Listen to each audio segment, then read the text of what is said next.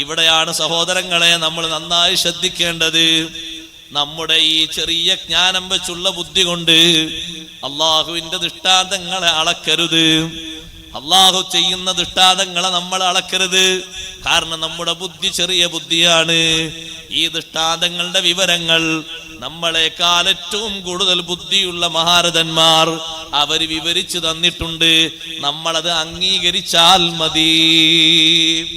ദൃഷ്ടാന്തങ്ങൾ വരുമ്പോ, അടയാളങ്ങൾ വരുമ്പോ, അല്ലെങ്കിൽ പ്രതിസന്ധികൾ വരുമ്പോ, സന്തോഷങ്ങൾ വരുമ്പോ അള്ളാഹു എന്താണ് ഇവിടെ സമീപിക്കുന്നത് എന്നുള്ള സമീപനത്തെ കുറിച്ച് നല്ല ബുദ്ധിമതികളായ മഹാന്മാര്, മഹത്തുക്കൾ, പണ്ഡിതന്മാര് അവര് രേഖപ്പെടുത്തിയിട്ടുണ്ട്. അതിന്റെ പിന്നാലെ അംഗീകരിച്ച് മുന്നോട്ട് നീങ്ങിയാൽ മതി.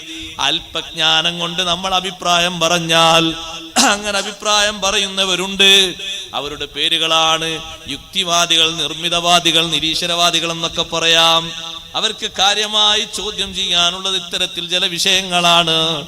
ചോദ്യം ചെയ്യാനുള്ള അധികാരം അവർക്കുണ്ടോ? ഇല്ല. കാരണം എന്താണ്? ഇൽമ് തീരെ ഇല്ല. ഇൽമുള്ളവരാണെങ്കിലോ അവർ ചോദ്യം ചെയ്യൂല. അറിവ് യഥാർത്ഥത്തിലുള്ള ആളുകളാണെങ്കിൽ ചോദ്യം ചെയ്യൂല.